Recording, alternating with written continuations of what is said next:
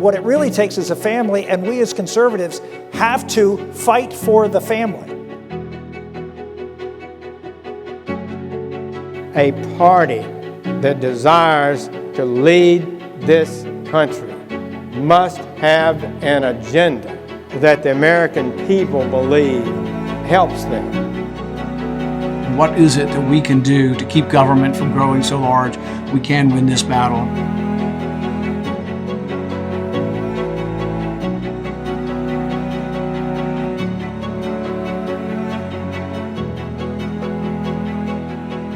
My name is Arthur Bloom. I'm the managing editor of Modern Age, the journal published by ISI. And I'm joined up here by three distinguished guests. First, Carly Matthews, to my left, the communications director of the American Conservation Coalition. To the left of her is Emmet Penney, the editor and publisher of the Grid Brief and a frequent author on nuclear issues. And to his left, Nate Hochman, the ISI's Collegiate Network Fellow at National Review and also a frequent writer on environmental issues. So this weekend we've been focusing on a whole lot of topics that conservatives have been sort of thinking about in new ways, and this panel's no different. We'll be talking about some new conservative thinking around the climate. And I guess to start out, let's maybe get to know our guests a little bit better. And I'd like to start with you, Nate. In your piece for National Affairs about a year ago or so, you used the term the EcoRight. So tell us a little bit about what the EcoRight is, where it comes from, what its priorities are. Give us a little bit of background. Right. Well, the EcoRight, it's not my name. It was something that was coined by my co-author, Alex Bosmowski. It's basically just the nomenclature for conservative environmentalists, which there's always been a kind of conservative environmentalism. To me, conservative environmentalism is sort of redundant, right? If conservatism seeks to conserve the social ecology, it's incoherent to not implicate the actual natural environments that people live in as part of the conservative project. But it's the name for this kind of scrappy band of conservatives who have been on the margins of the movement for the last couple of decades, because environmentalism and conservation has largely been neglected by mainstream conservatism.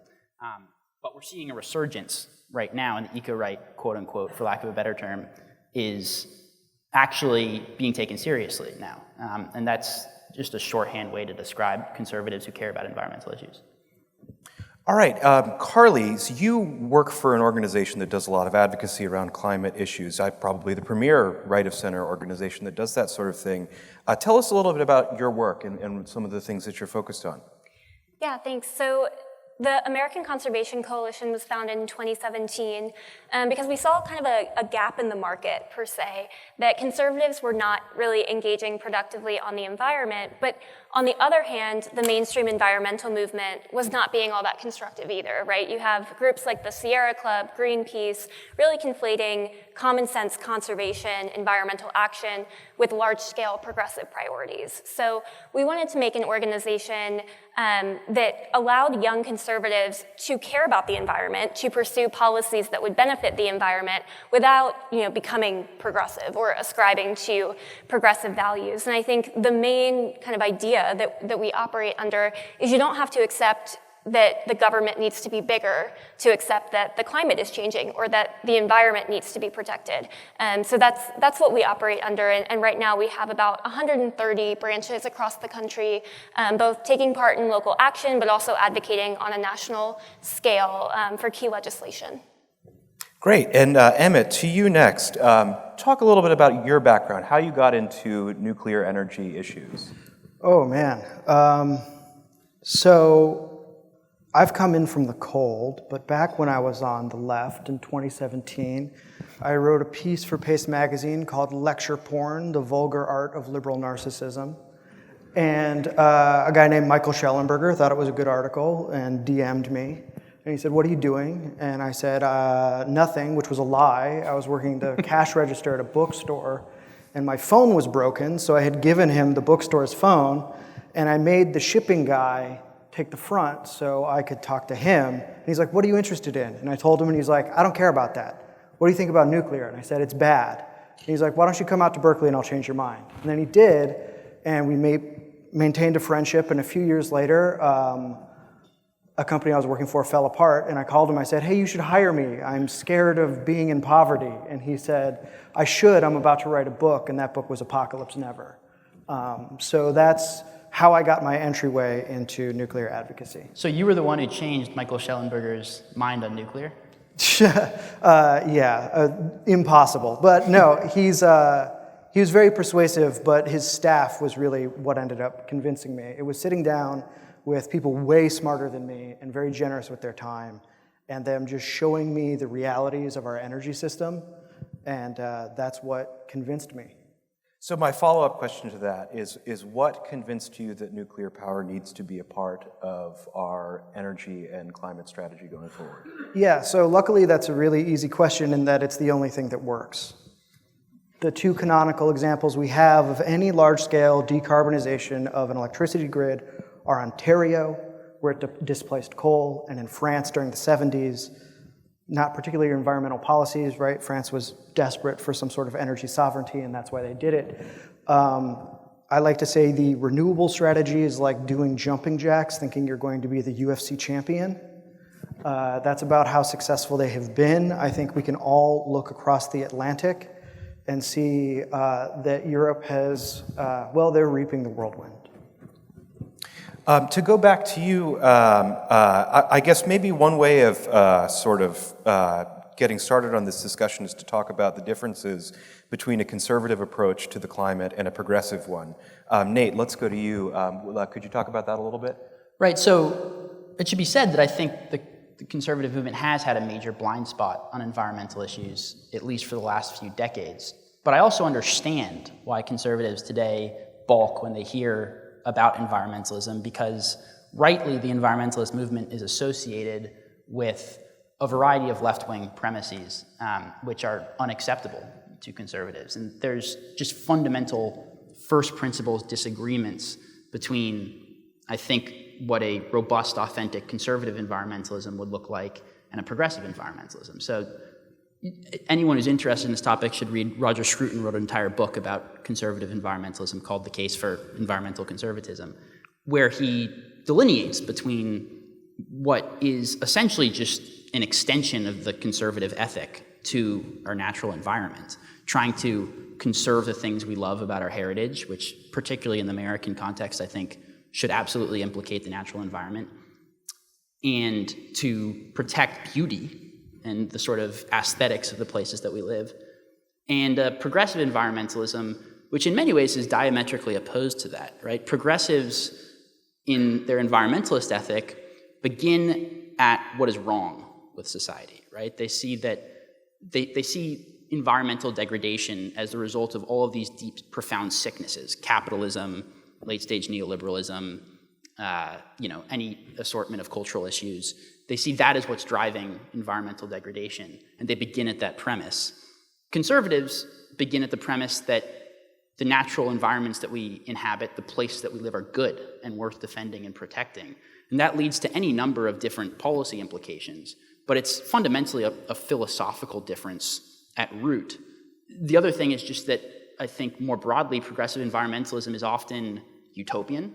It often has a kind of utopian view of human nature as infinitely malleable. It's radical. It's often anti-human. If you hear people like Bernie Sanders talk about abortion as a environmentalist initiative, there's a sort of implicit eugenicist ethic written into that. They see human prosperity in many ways, as a broad generalization, there are obviously exceptions, as at odds with a genuine sort of environmental conservation.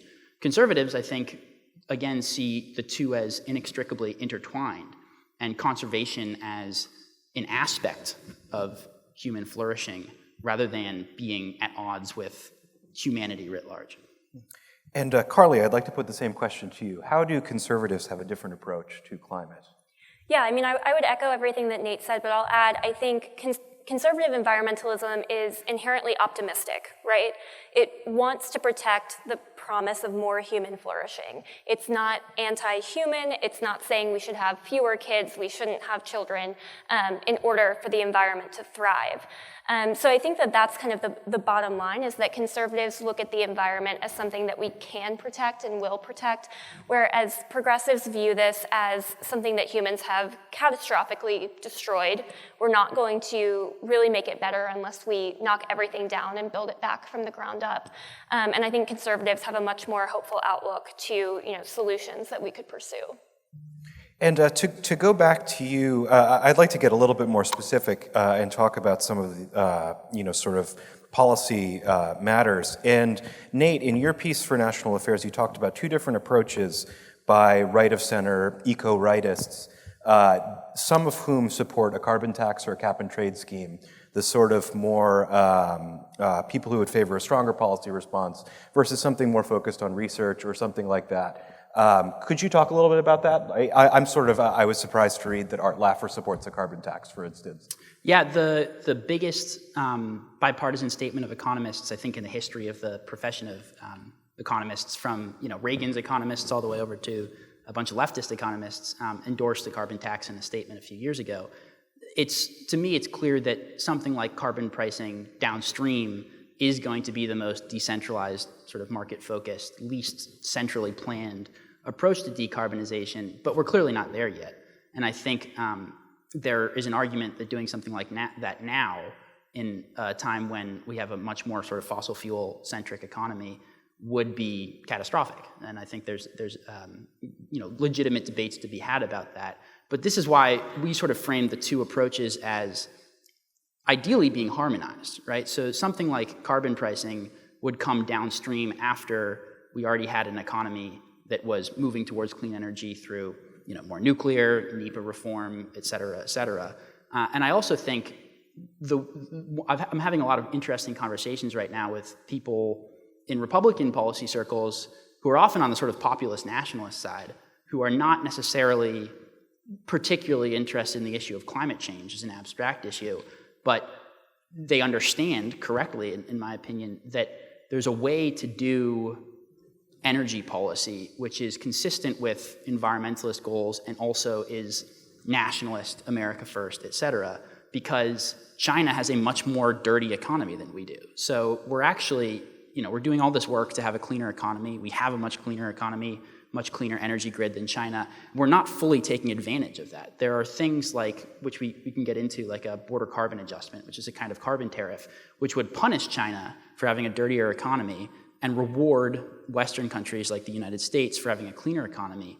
And from the sort of populist nationalist perspective, we're just leaving an enormous opportunity to actually assert our trade power over China on the table by not pursuing something like that. So you don't actually have to care about an issue like climate change to embrace a lot of these issues. I happen to think that climate change is a real issue, and it's something that conservatives should take seriously.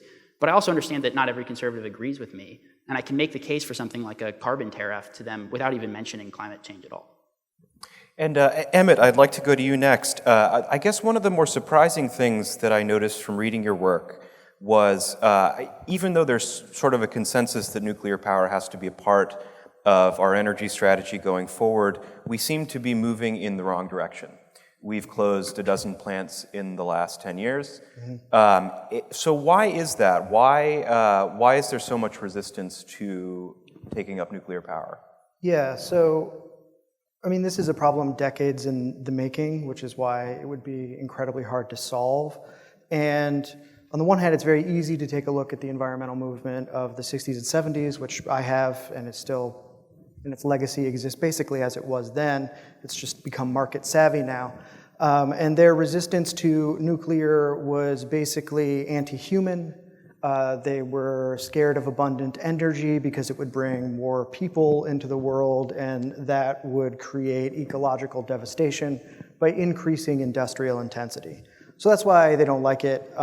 There's all sorts of other stuff about their crazy fears about radiation. I think the most colorful tale is the Chernobyl AIDS, meme that went out in the late 80s, early 90s. The surrounding area of Chernobyl was exposed to 2 CT chest scans worth of radiation over 20 years, but they were acting like it had done the immunological harm of AIDS. The other reason is basically elite mismanagement. So in the early days, I mean, the American public didn't really know what nuclear energy was back then, atomic power, and they were sold sort of ridiculous promises that it was basically impossible, a 1 in a billion chance that there would ever be some sort of accident. So that means that when there were accidents, like 3 Mile Island, where no one dies, of course, the public had every reason to think that they had been lied to and that perhaps something more nefarious was going on. And we can't leave out everybody's favorite large-scale felonious entities, the monopoly utilities, who had overbought. It created a herd market, and the technical side of it is basically that we were not good at getting reps in to keep up with the demand for nuclear. So when the 70s happened and stagflation and the energy crisis hit, their nuclear cancellations ended up making up for like 60% or something like that of the amount of new generation being added that got canceled. Everybody just backed out of it because the prices had gotten too high, and then after that it is just a ratchet up from the Nuclear Regulatory Commission, which had approved a LERA as low as reasonably achievable for its radiation protocols. As I'm sure many people here know, reasonable is a load-bearing word that really depends on how scared or angry someone is.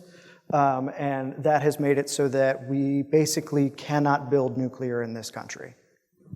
I think one thing just needs to be hammered home about the relative safety of nuclear. To your point, the biggest nuclear reactor meltdown in U.S. history, 3 Mile Island, did not kill a single person, right? Yeah. So this isn't to say we shouldn't acknowledge the potential harms that can come from nuclear, and there's always innovations we can do to make nuclear more safe, but the sort of apocalyptic fear from a lot of people on the progressive left wing of the environmentalist movement about nuclear has no basis in reality if you actually look at the historical experience in the United States. It's true. Yeah, if I could just add to that, I grew up an hour south of 3 Mile Island, and the kind of fear that the community experienced was, to your point, because the industry did not educate them before this happened. And so this idea that, this thing that was providing them jobs could also kill them, in theory, was just kind of a product of lack of education within the community. And the other thing is the whole thing could have been avoided if someone had just closed the valve and made sure that the machine was cooled properly. So I think kind of education and making sure that the experts in actually the nuclear plants know what they're doing is the most important thing here. Mm-hmm.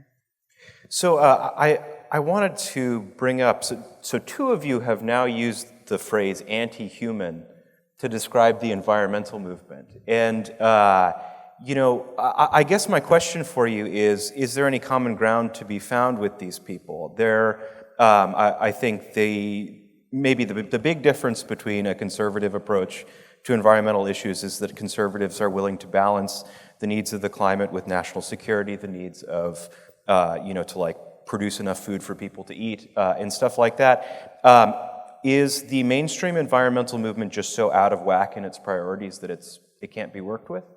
I guess I'll go to you, Nate, first. I think it depends what you mean when you talk about the mainstream environmentalist movement, right? Because there's always, the problem is that the loudest voices, as is often true in progressive activist circles, are often the most insane ones. So the Sierra Club, to me, has very few redeeming qualities. I mean, they've been on the wrong side of every major environmentalist initiative for the last couple of decades. They hate nuclear. They're trying to get California to go back to the dark ages right now by, getting a carbon neutral grid by 2030 without nuclear, which is a great way to just have a lot more rolling blackouts, which kill people, by the way. People die in rolling blackouts. So, not to be hyperbolic, but it's what the Sierra Club is doing is at odds with any serious environmentalist aim, and it's actually bad for environmentalism because normal people understandably go, well, if that's what environmentalism means, I'm not an environmentalist. Why would I do that?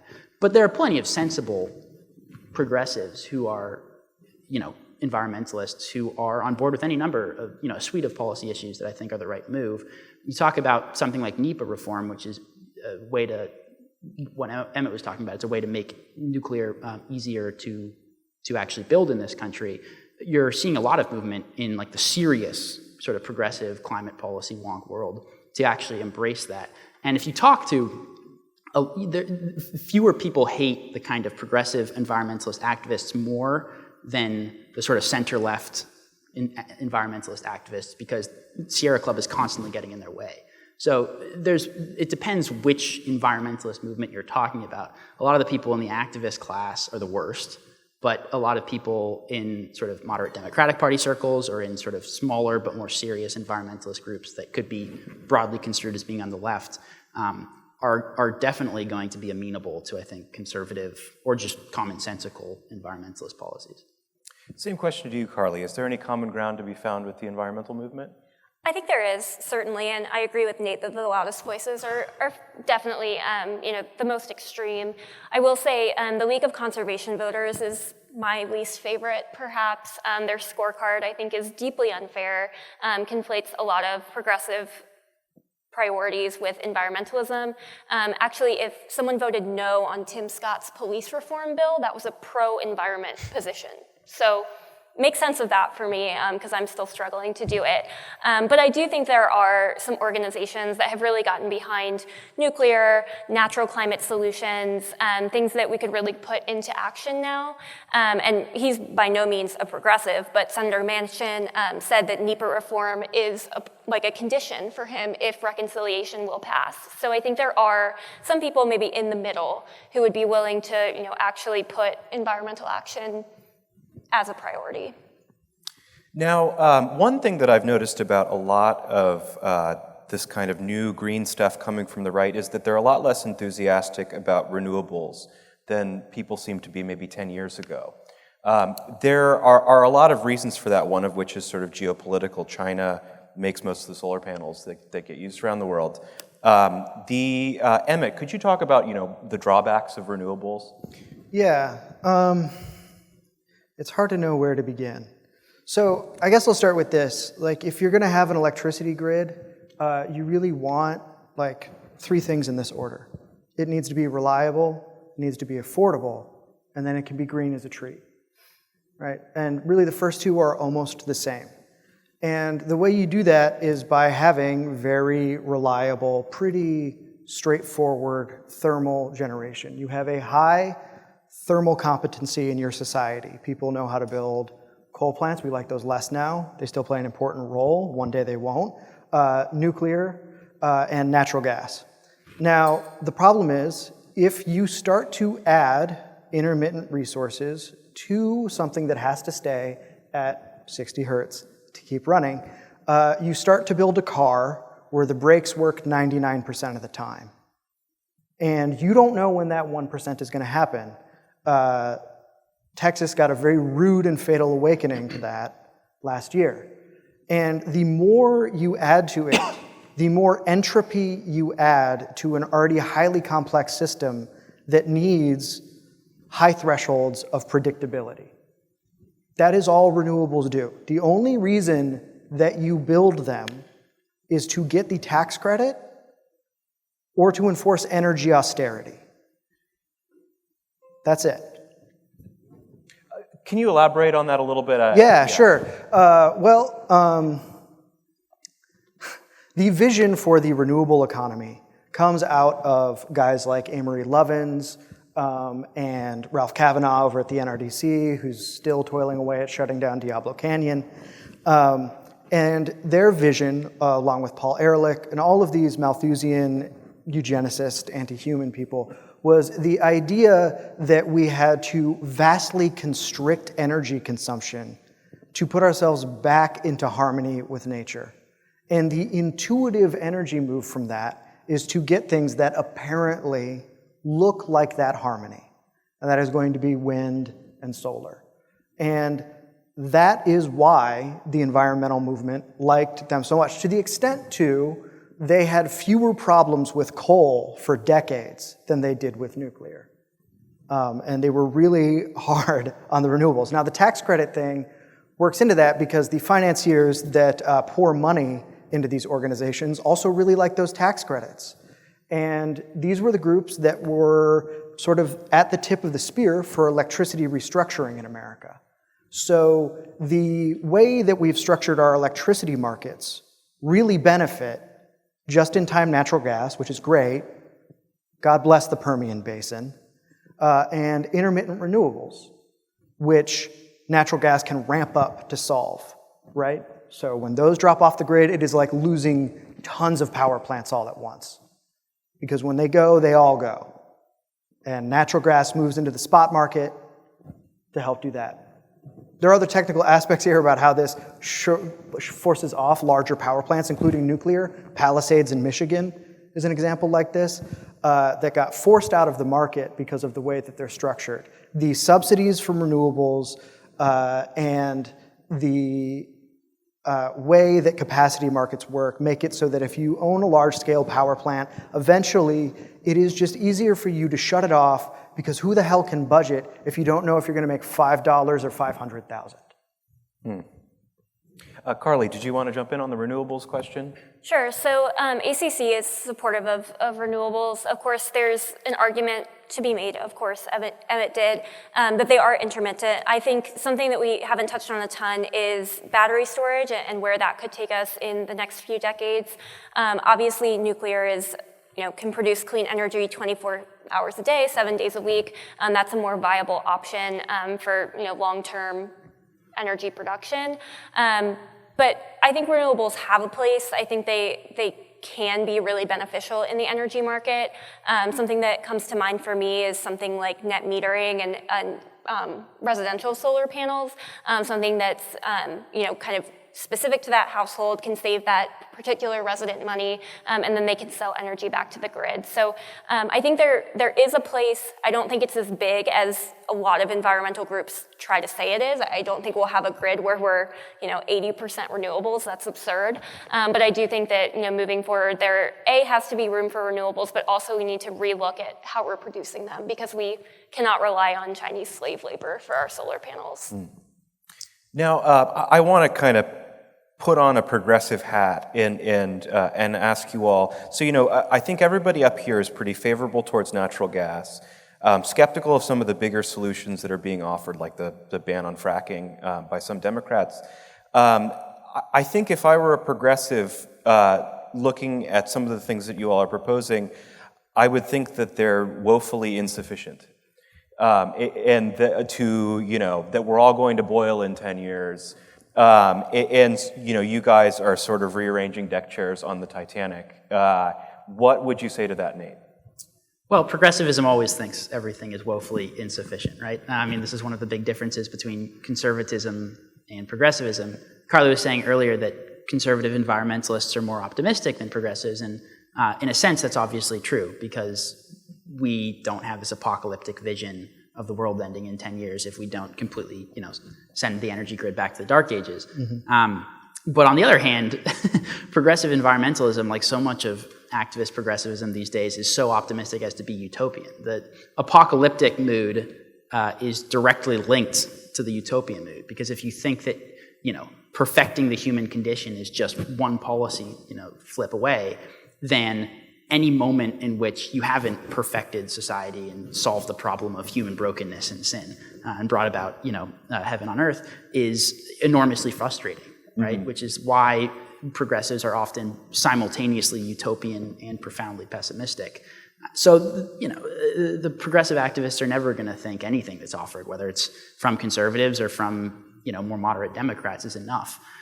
Like I said, we shouldn't fetishize bipartisanship. There are fundamental disagreements that we're never going to solve. We should seek to work with sensible people on policies that we believe are right when we can.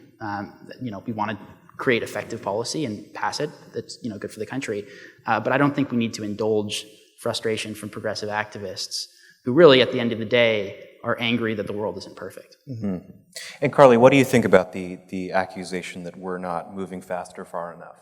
Yeah, we get that criticism all the time, specifically on Twitter. But it is, to Nate's point, it's Green New Deal or bust in your mind, then nothing is ever going to be enough, right? So I think we're operating under that sort of assumption from progressives a lot of the time.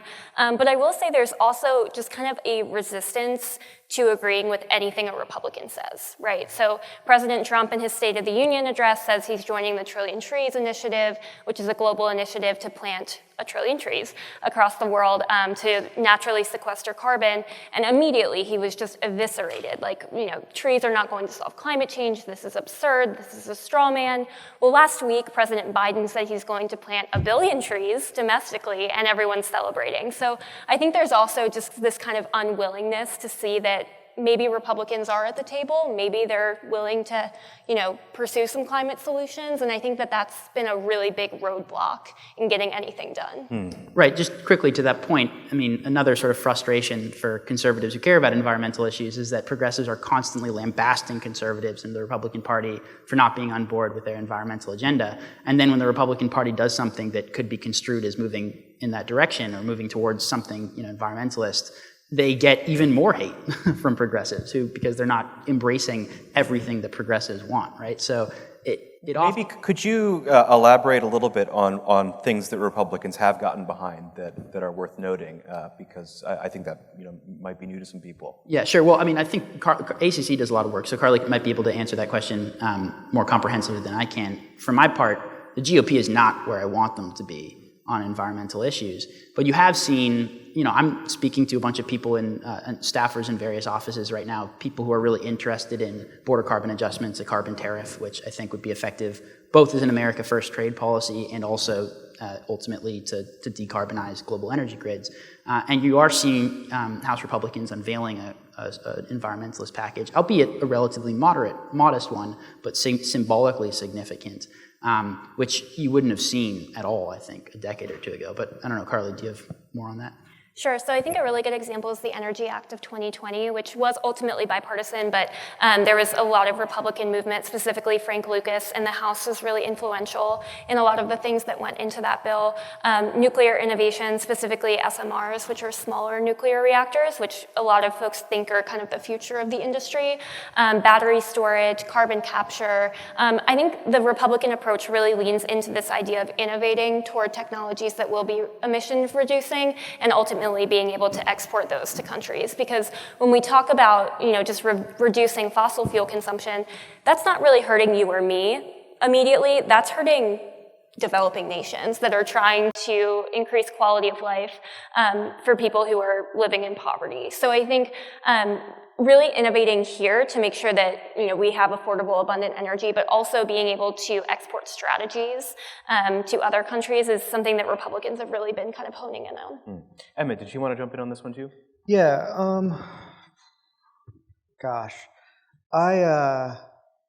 Here's what I think about the climate emergency thing. I think that when I look at the powerful players that come to the table, it looks like a lot of people who want to declare a permanent state of exception so they can turn the state into a permanent Baptists and bootleggers machine that is basically meant to fragilize the American economy via its grid by building out a bunch of wind and solar. And all of the rhetoric is just what acts as a stalking horse for the financial interests that are behind those initiatives. So I think that that's what it is in effect, and I also think that's clear to everybody here that is like fundamentally anti-conservative. The idea that that is going to stave off the end of the world is also patently ridiculous because the hard truth is that right now OECD emissions do not matter. All of the American emissions reductions since 2005 will be eliminated by the end of next year because of the onboarding of massive amounts of coal in the developing world. That's it. That's the game. It's either Atoms for Peace 2.0, or we're building nuclear plants abroad and competing with Russia and China. Russia, by the way, is the best at this. Rosatom is an international marvel for what it does. I say that out of respect, not love. But that's the truth. And we can either get in that game, which would function as an America First industrial policy, allow us to move around the NRC to get reps in until we reform it and can build domestically. because it seems like the temperature of the room is that a lot of people would like industry to come back here. And that industry will be incredibly expensive if the grid is unreliable. We're already seeing steel plants in Texas and in the upper Midwest lay off workers or reduce production. And that is ultimately what will pit conservatives against progressive environmentalists. Conservatives appreciate the inherent Promethean element of mankind. And progressive environmentalists hate it. There's one more issue before we go to the Q&A that I really wanted to get to. The fact that America is a huge producer of fossil fuels gives us a whole lot of leverage and power geopolitically.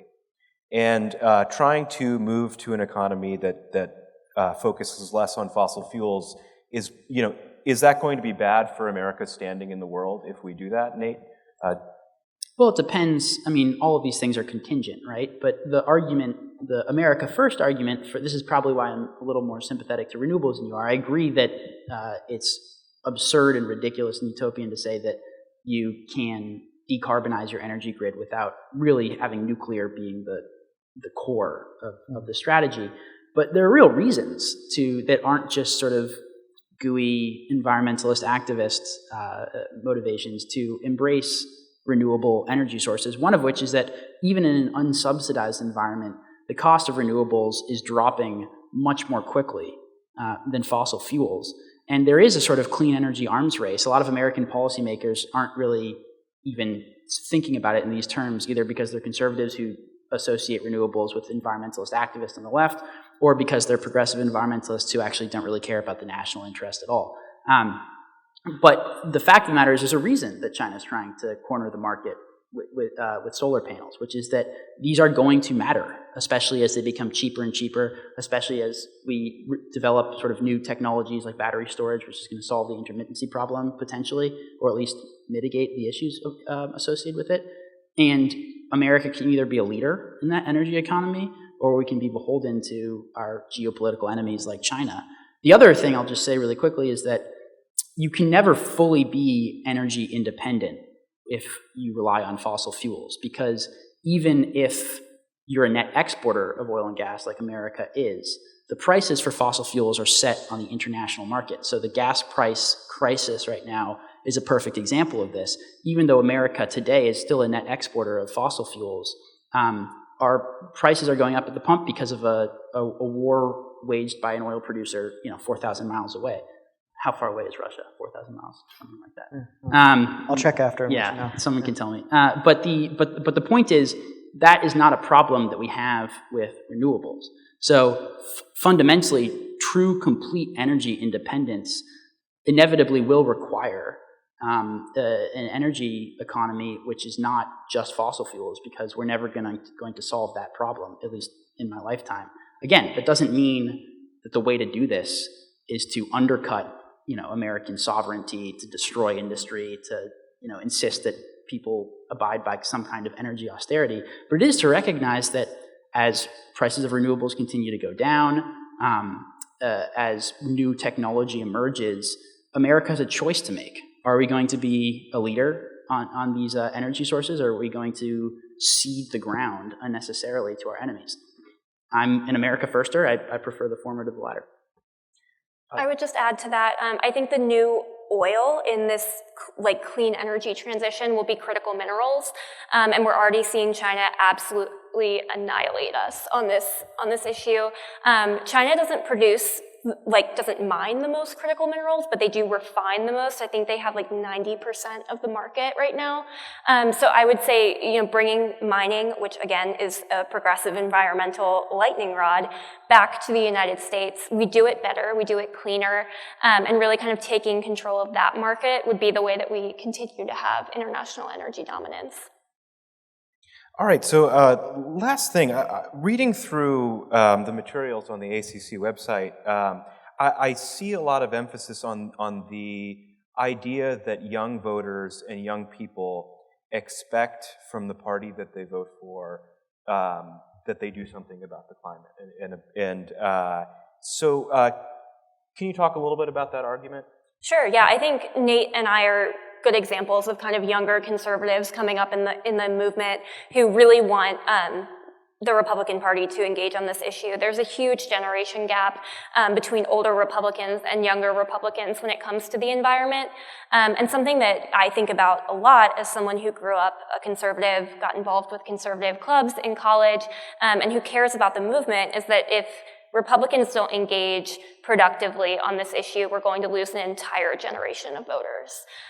So I think whether or not a Republican legislator truly cares about climate change, it's politically incoherent not to engage on the environment right now. Mm-hmm. Same question to you, Nate. Yeah, I mean, Carly's obviously right that younger people across the board care more about climate change. To me, it's a little more unclear as to how much the Republican Party's performance with young people is going to depend on them embracing an environmentalist agenda. I want them to embrace an environmentalist agenda because I'm an environmentalist. But it's also just true that young people, at least right now, this might change as they get older and have families, are just much more left-wing than older people, and they might care more about an issue like climate change just because they're more left-wing. And a Republican Party that embraces climate policy while also still being socially conservative, still being pro-life, still not embracing progressive policies, that doesn't necessarily mean that they're going to win younger people, right? Younger people are looking at two parties that embrace climate change, but they're left-wing, so they're going to go with the left-wing party. But I'm sure it would be weird if this wasn't true, that there's a segment of younger voters who are gettable by the GOP and do care about this issue and are going to be more amenable to the GOP's message if the GOP sort of speaks to those concerns. And as they get older, and as often happens with people as they age and become more amenable to a conservative message more broadly, they still might care about an issue like climate change and will be more amenable. So my first motivation for wanting the GOP to embrace these issues is just because I think these issues matter. But certainly it seems reasonable and logical to suggest that we're leaving some political capital on the table by not embracing as well. All right, at this point, I'd like to open up the floor for questions from the audience. There are 2 mics on either side of the room. All right, I guess we have questions from the app first. Yeah, we have a question from the app. It says, with Americans feeling high gas prices at the pump and geopolitical instability rattling global oil markets, what is the short-term strategy for conservative environmentalism? Would you like to field this one? Sure. I think the short-term strategy is obviously advocating for more domestic natural gas production. I think it's incoherent to say that we don't need that. But I also think it's bolstering our energy production more generally and moving toward more nuclear, more clean energy, so that we're not as dependent on foreign oil and foreign fossil fuels. I think we see Germany as like a really tragic case study about what happens if you depend on a malevolent actor for your energy security. So I think those are kind of the 2 pieces that we need to focus on. All right, on that side. Great. We also have another question from the app, and this one is for Carly as well. How much of the environmentalist movement is just a ruse to enact liberal legislation? Sure. I think that the environmental movement, obviously leans progressive. I think that there is a case to be made that environmental issues get conflated with more general progressive priorities. I mean, I think we see that pretty obviously with rhetoric when it comes to being pro-abortion and conflating that with wanting to fight climate change and not have as many humans on the planet. But I do think that perhaps the conservative movement has leaned too far into saying that climate change at large or environmental issues at large are just like completely a boogeyman for progressive priorities. So I think there's a balance there that we need to strike. If I could just add really quickly, I think Carly might be being too charitable to our friends on the left by saying they're conflating the progressive agenda with environmentalism. It's clear, they've actually been telling us that it is a Trojan horse, right? I mean, there's a famous quote from, at the time, Alexandria Ocasio-Cortez's chief of staff when the Green New Deal was first unveiled, where he goes, this actually initially wasn't even an environmentalist thing at all. It was a how do you change the entire economy thing. So they're very explicit about the fact that this is really about a broader transformation, and they're incapable of seeing environmental issues as distinct from every other issue that they want to pass, the entire progressive policy agenda. But the mistake that conservatives make is that we see that, or a lot of conservatives see that, and we write off environmentalism altogether. I think the important thing to do is to understand that the left program is deceptive. It is a Trojan horse, and environmentalism still matters. All right, from this side? Thank you. For Emmet, do you think nuclear non-proliferation is an issue? Nuclear proliferation is an issue. And for Carly and Nate, I had a question about.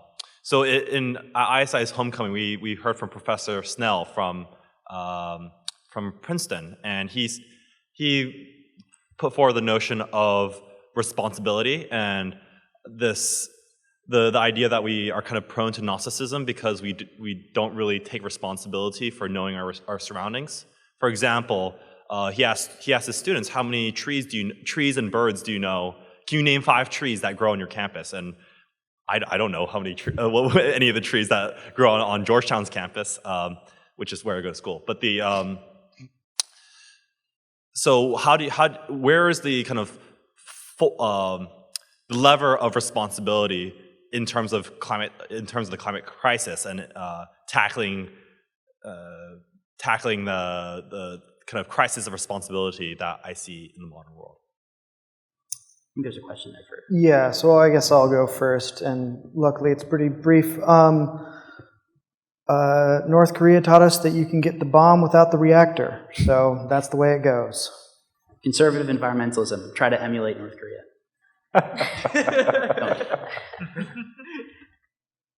And the other question, you want to start? Yeah, I think what the professor was getting at is that, we have this responsibility to our planet. I think it's conservative to want to steward our natural resources and ensure that they're healthy and that both they and humans are flourishing.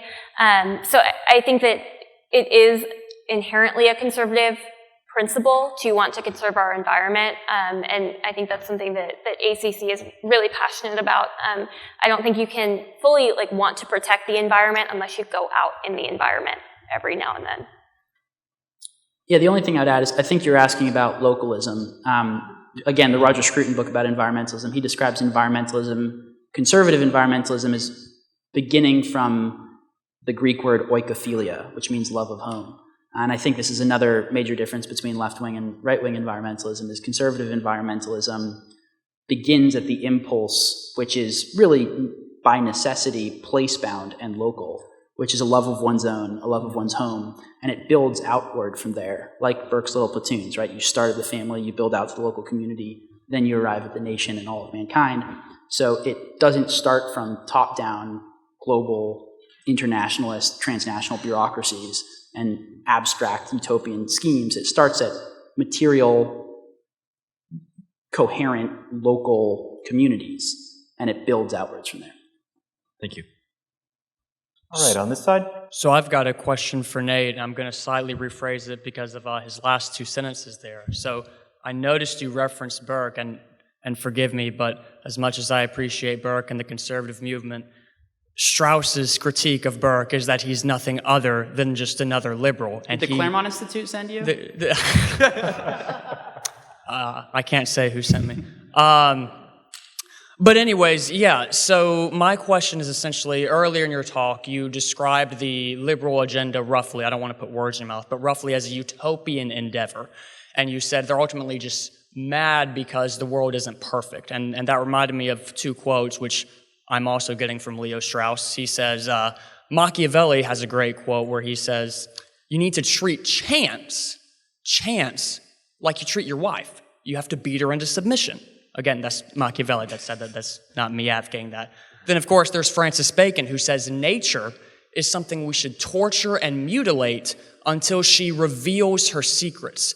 The point of all this, and the point that Leo Strauss is trying to make, is that liberalism itself is what wants the conquest of nature, the conquest of custom, the conquest of localism, and the conquest of rootedness. So my question for you is, do you think in order to truly care about nature, we may need a common good understanding that is incompatible with liberalism? And perhaps, do you think it's possible that conservatives, who are in reality just classical liberals, are actually furthering the modern project that not only conquers nature, but contributes to the anti-human agenda of the left. Yeah, well, with 10 minutes left, I don't think we can relitigate the entire debate within conservatism about liberalism and common good conservatism. Fair enough. I do think, there's a Christian ethic too, which teaches us that nature is man's dominion, and man was given nature to exercise dominion over, nature, the beasts, etc. So I don't think that there's necessarily a liberal premise in this. Is something that I think has defined the history of Christendom. Well before what we sort of describe as late liberalism, that understands that, to a certain extent, man's natural place as the animal between beast and God is to have dominion over the earth. But there is, I would hesitate to attribute this to liberalism or, a lack of liberalism, but there's a modern ethic, which can also be attributed to runaway corporate power, what some people deride as neoliberalism, which is one that divorces man from the natural environment that he inhabits and leads to serious environmental degradation. So however you want to frame it, without getting into the sort of larger philosophical debates, I think conservatism, properly understood, wants to bring man back into harmony with a natural order that exists beyond and above us. And environmentalism, to me, is clearly just one enactment of that broader conservative insight. Does that answer your question? That answers it perfectly. Thank you, Nate. And for the record, I was taught by East Coast Straussians, not West Coast Straussians, so it was not Claremont that sent me. All right, over here. Yeah, first of all, thank you all for coming. I think environmentalism on the right is something that's criminally under-discussed and very important, so thank you very much for your contributions. But my question, it seems like the major problem of post-environmentalism is the problem of consumption. I think what really comes down to is that people, especially in the Western world, kind of consume too much at a level that's just not sustainable. So, and conservatism is also against consumerism, so those work hand in hand. So would you support any practical measures or policies to reduce consumption? And if you do, what kind of measures? Carly, you want to fill it? Or Emmett, go ahead. Yeah, I'll take that. I've been too broke in my life to ever support that. That's my response.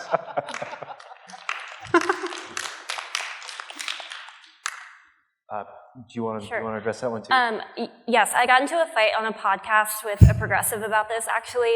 I think that when we talk about consumption, we need to think about how we can use clean energy to match the consumption we already have. Because when we're talking about reducing consumption, sure, we can talk about the Western world. People waste a lot of energy. I completely understand this. But when we're talking about international consumption, we're not hurting people here in Washington, D.C. We're hurting people in Africa who want to build their economy. So I think that there gets a really dangerous line there when we talk about consumption, and we should be trying to get to a cleaner way to consume what we consume. All right, over here. Cool, thanks for the great talk, guys. I certainly enjoyed your emphasis, all of your emphasis on progressive environmentalism, kind of having this very inherent anti-human aspect, almost like humans are a pathogen that shouldn't be interfering in any way, and anytime we intervene, bad things happen. On the other hand, I think conservative environmentalism, or whatever it's becoming, does understand that humans are part of the natural order, and we do participate inevitably in kind of the ecosystem, which would mean, it seems to suggest, that there will always be some sort of extraction of human beings from the planet, from the earth. Do you guys agree with this? And if so, particularly when it comes to extracting raw materials, natural resources, what is a way we can think of that healthily as conservatives? Because it seems like a healthy use of natural resources is an inevitable part of conservative environmentalism. I mean, to me, what we're talking about is a healthy use of natural resources, right? So, like I was saying earlier, I think conservative environmentalism and conservatism writ large, in seeking to bring man, or to at least guide him towards this natural order, is not one that decries the use of natural resources, to your point. It's just one that wants to do it in a healthy way, a sustainable way. So it's none of this, I don't think any of us are talking about wanting to end the use of natural resources. I mean, that would require, going back to the Paleolithic era or something. Well, humans didn't exist in the Paleolithic era. Well, you'd still be using resources then. I mean, it's really, so I think a helpful way to think about this is just to think about, the shorthand for this is like the energy ladder, right? So if you're burning wood, that's incredibly carbon intensive and unsustainable, right? That's part of why in the 200-year industrial revolution, it's a pivot towards charcoal to coke to coal because you get greater energy density, right? And then you can move up all the way to uranium, which is the densest and the cleanest. And we can see that there are trade-offs all along the way. And what we're really looking for is a type of, I think we could agree to this, prudence about selecting different types of energy and looking at the wholesale difficulty of creating types of energy, because it takes energy to make energy. So we want high energy return on investment, because the lower your energy density, the higher your resource intensity, right? And that's how we would want to look at that and the trade-offs for land use and everything like that. I don't know if that's helpful. I hope it was. You're very helpful. All right, we have time for a couple more. Over here. Yes, thank you very much for a wonderful discussion. I have one question that's related to energy and also foreign policy. If we're going to be focusing on nuclear energy as well as renewables, a vast majority of cobalt, uranium are located outside of the continental United States. How will should our foreign policy change in order to focus more on ensuring that we have fair and equitable access to these rare earth minerals? Yeah, sure. You mentioned earlier that China does a lot of refining. I'm glad you brought that up. So obviously we need to bring some of that back home in terms of these. We have a lot of lithium here. Maybe you and I were talking about that before we hopped up here. So we can get those things here.